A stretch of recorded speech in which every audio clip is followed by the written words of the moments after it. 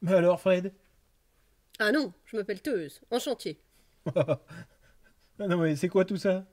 Bah, tu m'as dit qu'on allait travailler sur un chantier, alors je me suis préparée. Ah mais non, mais on s'est mal compris. On va parler du chantier éducateur et éducatrice au cœur de notre mobilisation. C'est une réflexion nationale menée par les scouts et guides de France pour adapter le fonctionnement de l'association, histoire de donner aux éducateurs et aux éducatrices les moyens de mener à bien leur mission. Mais t'auras pas besoin de tout ça, hein. On est loin du chantier de démolition. Bon, c'est dommage, j'avais déjà appelé mon oncle Ben et son ami Bill Dezer. Oh. Allez, chauffe Marcel. On a rendez-vous avec le chantier éducateur et éducatrice au cœur de notre mobilisation.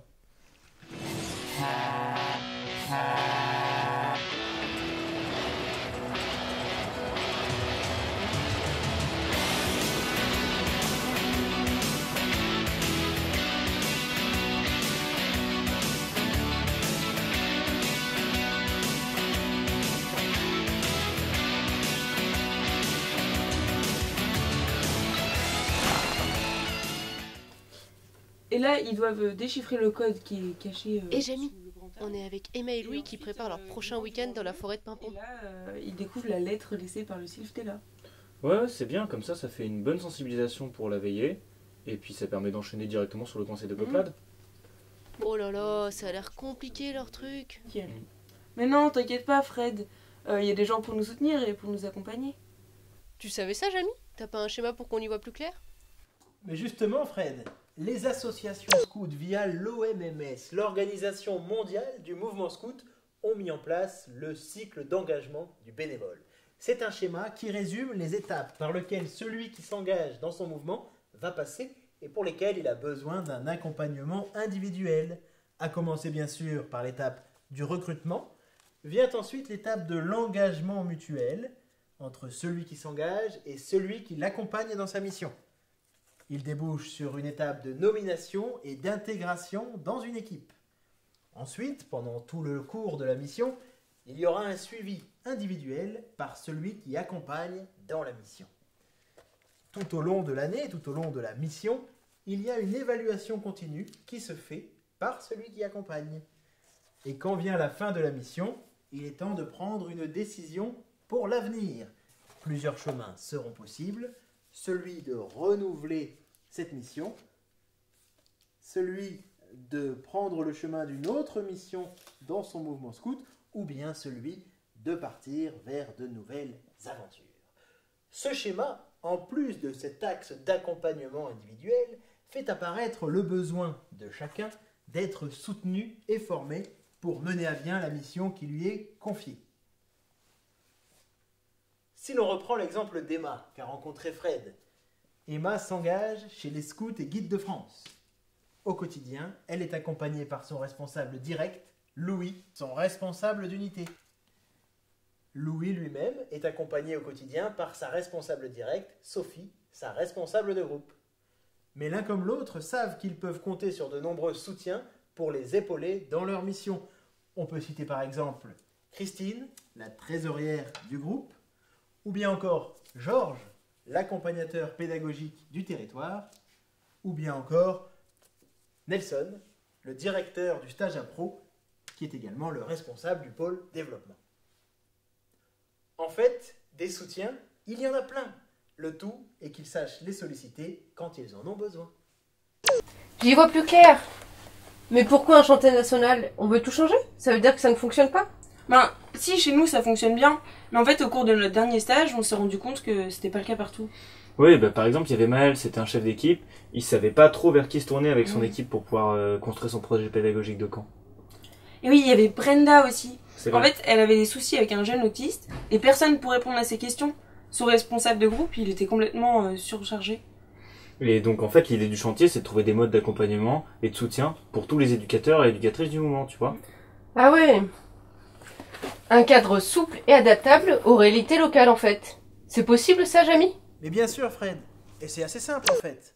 Il faut commencer par se dire qu'avec plus de 70 territoires, tous différents, il y a forcément des façons différentes d'accompagner les éducateurs et les éducatrices. Et pourquoi y en aurait-il une meilleure qu'une autre?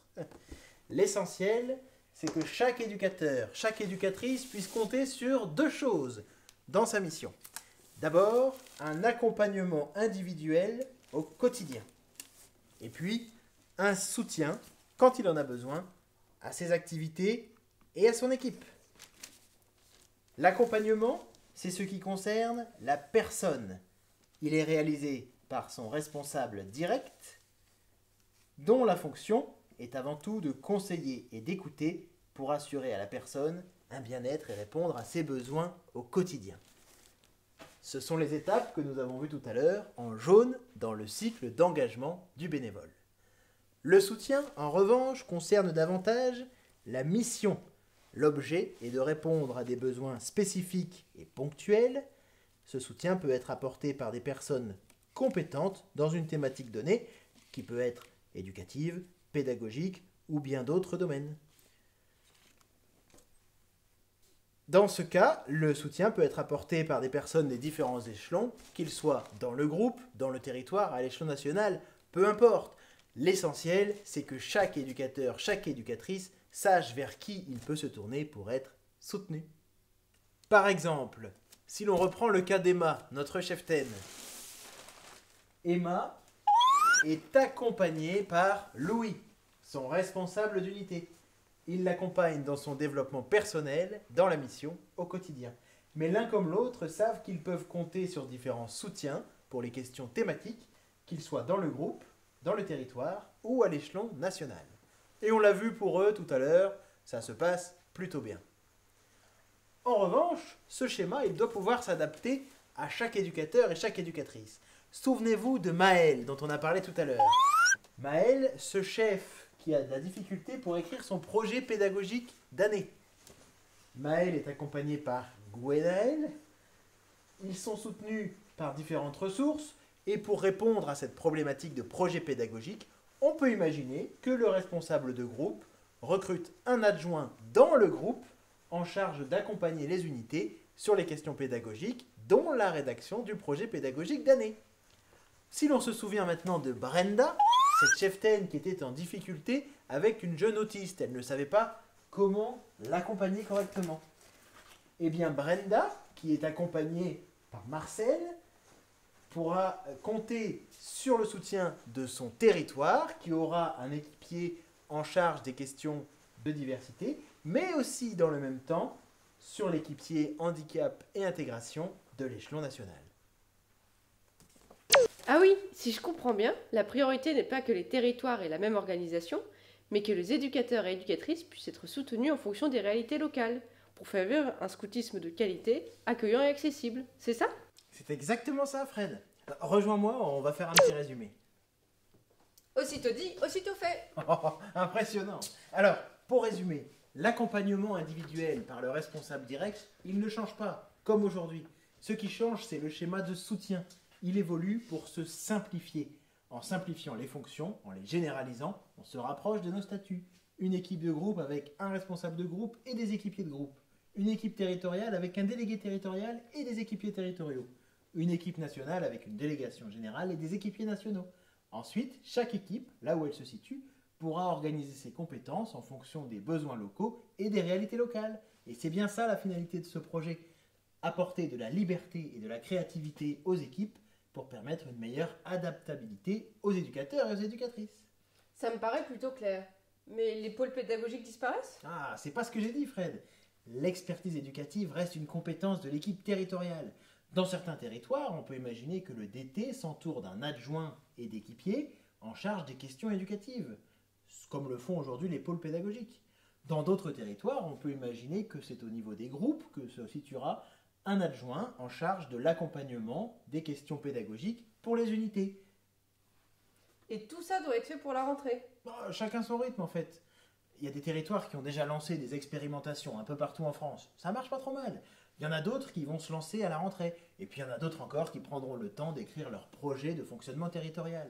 Chacun son rythme. Et aujourd'hui, la suite, c'est quoi ? Justement, la suite c'est maintenant, en assemblée territoriale. Et puis très bientôt à l'Assemblée Générale 2018. Mais ça va pas être trop compliqué de s'y retrouver si toutes les équipes s'organisent comme elles veulent ? Non, en fait ce sera plutôt simple. Il faut dire que les outils que nous aurons à disposition nous permettront facilement d'identifier comment sont organisés les rôles. Demain, nos outils permettront en un clic ou presque d'identifier les contacts des personnes disponibles pour nous soutenir. Génial, non? Carrément, ça donne envie de changer les choses. Et justement, pour changer les choses, on a besoin des idées de tous. Alors maintenant, à vous de jouer en assemblée territoriale pour débattre et pour que vos idées puissent participer à la construction de ce chantier. On compte sur vous. Bonne assemblée territoriale à tous!